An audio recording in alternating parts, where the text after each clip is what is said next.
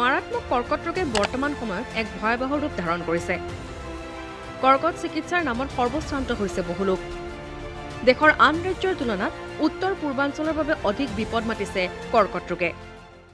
ICMR তথ্যমতে দেশৰ আন ৰাজ্যসমূহৰ তুলনাত উত্তৰ পূৰ্বাঞ্চলত কৰ্কট ৰোগীৰ সংখ্যা বৃদ্ধি পাবলৈ ধৰিছে। কিন্তু ইয়াৰ কাৰণ কি? বিশেষকৈ অসমত কৰ্কট ৰোগীৰ সংখ্যা কিয় বৃদ্ধি পাবলৈ ধৰিছে? এই সকলো তথ্য বিচাৰি আমি বৰ্তমান উপস্থিত হৈছোঁ ৰাজ্যিক কৰ্কট প্ৰতিষ্ঠানত। এই সন্দৰ্ভত বিশেষজ্ঞ চিকিৎসকে কি কয়? ভাৰতীয় চিকিৎসা গৱেষণা পৰিষদৰ 2022 চনৰ তথ্য অনুসৰি অহা 2025 চনলৈ উত্তৰ পূবত প্ৰতি বছৰে 50,000তকৈও অধিক লোক কৰ্কট ৰোগত আক্ৰান্ত হোৱাৰ আশংকা কৰা হৈছে। কিন্তু কিয় উত্তৰ পূৰ্বাঞ্চলত বৃদ্ধি পাইছে কৰ্কট ৰোগীৰ সংখ্যা? এই সন্দৰ্ভত ৰাজ্যিক কৰ্কট প্ৰতিষ্ঠানৰ অধীক্ষক ডাক্তৰ দেৱজিৎ চৌধুৰীয়ে কি কয়?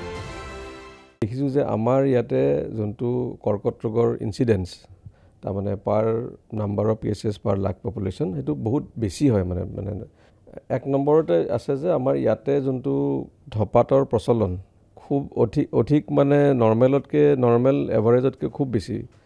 ধপাত বুলি ক'লে এতিয়া আপোনাৰ চিগাৰেট স্মকিং বা বিড়ি বা চাধা গুটকা সকলোবিলাক মিলি আহে।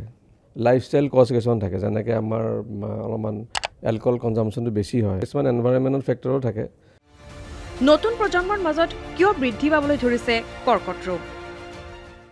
আমি বিশেষকৈ গম পাইছোঁ যে নতুন প্ৰজন্মৰ প্ৰতিনিধিসকল আক্ৰান্ত হ'বলৈ ধৰিছে। কাৰণসমূহ কি কি?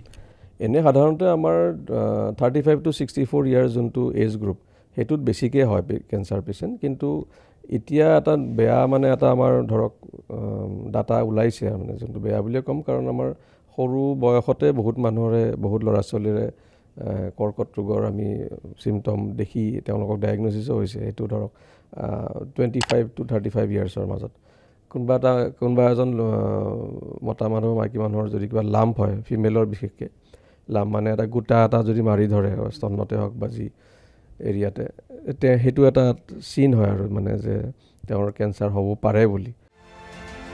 ৰাজ্যত কৰ্কট ৰোগ প্ৰতিৰোধৰ বাবে কি কি ব্যৱস্থা গ্ৰহণ কৰা হৈছে সেই সন্দৰ্ভত জনালে অধীক্ষকগৰাকীয়ে। অসমৰ মাননীয় মুখ্যমন্ত্ৰী ডাঙৰীয়া তথা আমাৰ স্বাস্থ্যমন্ত্ৰী ডক্টৰ হিমন্ত বিশ্ব শৰ্মা দেৱে যেতিয়া প্ৰথমবাৰ বা দ্বিতীয়বাৰ স্বাস্থ্যমন্ত্ৰীটো লৈছিলে, তেতিয়াই তেওঁ ষ্টেট কেঞ্চাৰ ইনষ্টিটিউটখন বনোৱাৰ এটা সপোন দেখিছিলে। সেই মৰ্মে আমাৰ ষ্টেট কেঞ্চাৰ ইনষ্টিটিউটখন হ'ল। এতিয়ালৈকে 8খন অলৰেডি হৈ গ'ল ফাংচন। গ'লেও তেওঁলোকে যদি দেখে যে কিবা কৰ্কট ৰোগৰ বিশেষ আমাৰ পৰা পৰামৰ্শ লাগে, তো তেওঁলোকে সাধাৰণতে আমাক পঠাই দিয়ে। আমি এতিয়া পেচেণ্ট ৰোগী শদিয়াৰ পৰা ধুবুৰীলৈকে পাওঁ। যে আমাৰ ইয়াতে মানে চেণ্টাৰৰ কমি নাই, ভালেখিনি চেণ্টাৰ আছে, মানুহে এইখিনি সুযোগ ল'ব লাগে।